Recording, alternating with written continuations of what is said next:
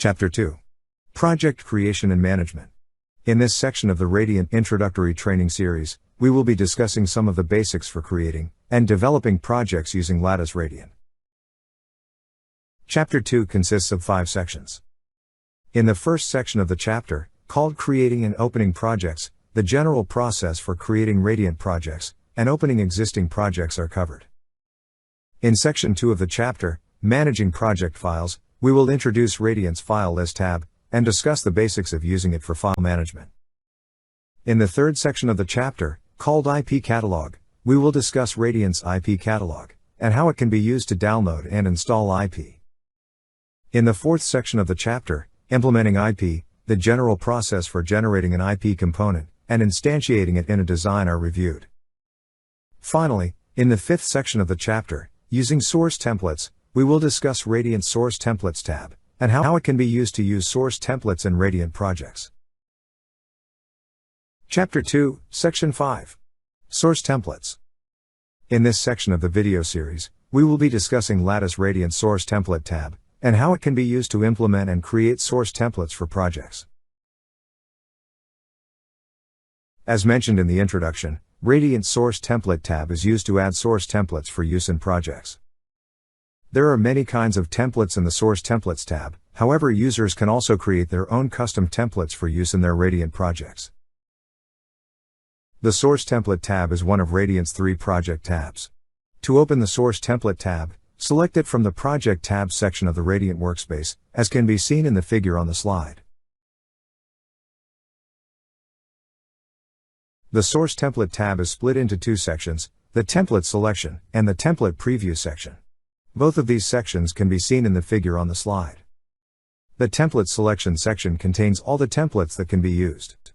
The templates in this section are organized into folders depending on the type of template. To view the contents of a folder, select the arrow next to the folder's name. The second section in the Source Template tab, the Template Preview section, can be used to preview a template before it is used. To preview a template, select its name from the Template Selection section. The contents of that template will be previewed in the Template Preview section. The primary purpose of the Source Template tab is to allow users to use its templates to assist in the project development process. There are 2 ways a template can be added to a project using the Source Template tab. The first way to add a template is to drag its name from the Template Selection section directly into the text editor window for the file you want to add it to. The second way a template can be added to a project involves the Template Preview section of the Source Catalog tab. Once a template has been selected, its contents can be directly copy-pasted into a file from the Template Preview section. A useful feature of Radiant Source Template tab is that users can create their own custom templates if there is a template they want to use that is not already part of the Source Template tab. To create a custom template, expand one of the Verilog, VHDL, or constraint folders in the Template Selection part of the Source Template tab. From the drop-down list of folders, right-click the folder called User Template and select New Template from the drop-down. A new template will be added in the folder that was right-clicked, as can be seen in the figure on the slide. Once the new template has been created, the next step is to define an ID for it. To change the ID for a user template, double-click its name in the Template Selection section.